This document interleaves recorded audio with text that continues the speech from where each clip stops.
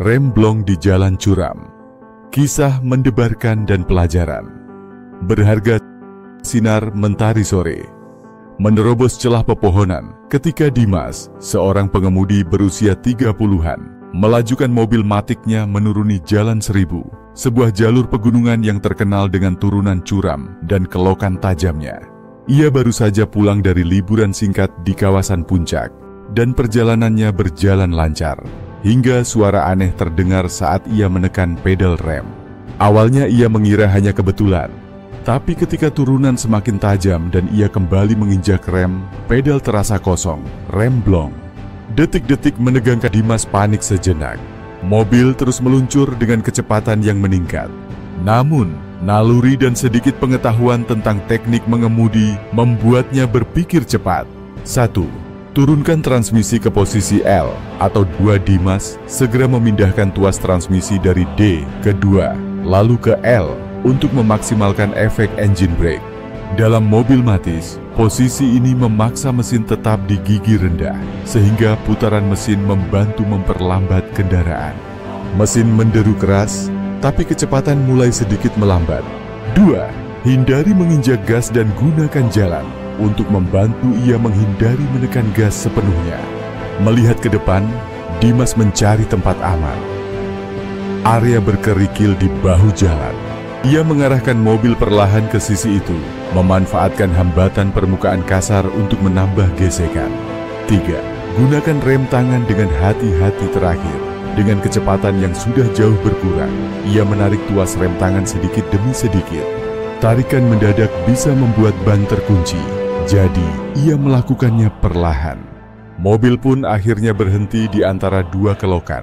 Bergetar hebat, namun selamat. Bila mobil manual, taktik yang berbeda. Jika Dimas mengendarai mobil manual, ceritanya akan sedikit berbeda, meski prinsip dasarnya sama. Menggunakan mesin untuk memperlambat laju. 1. Segera pindah ke gigi rendah dalam mobil manual. Pengemudi bisa langsung memindahkan transmisi ke gigi 2 atau bahkan gigi 1. Gigi rendah memberikan engine brake yang lebih kuat daripada gigi tinggi. Perpindahan ini harus dilakukan secara bertahap dan hati-hati agar tidak menyebabkan selip roda. 2. Gunakan kopling dengan tepat. Kunci dari pengendalian dalam kondisi darurat ini adalah tidak menekan kopling secara terus-menerus. Menekan kopling justru memutuskan hubungan mesin dan roda, membuat engine brake tidak berfungsi. Kopling hanya digunakan saat memindahkan gigi, lalu segera dilepaskan kembali. 3. Manfaatkan kontur. Jalan sama seperti pada mobil matik, pengemudi manual juga harus mencari permukaan kasar atau tanjakan kecil untuk memperlambat kendaraan.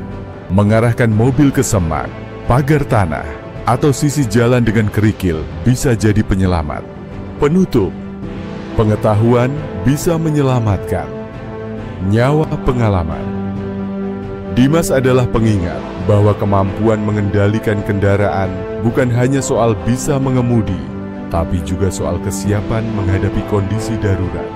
Baik mobil matik maupun manual, masing-masing memiliki teknik spesifik yang bisa menyelamatkan nyawa saat rem gagal berfungsi.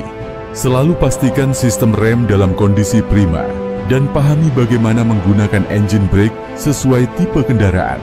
Karena ketika rem tak lagi bisa diandalkan, mesinlah yang jadi rem terakhir Anda. Ingin penjelasan teknis lebih lanjut tentang cara kerja engine brake pada mobil matik dan manual?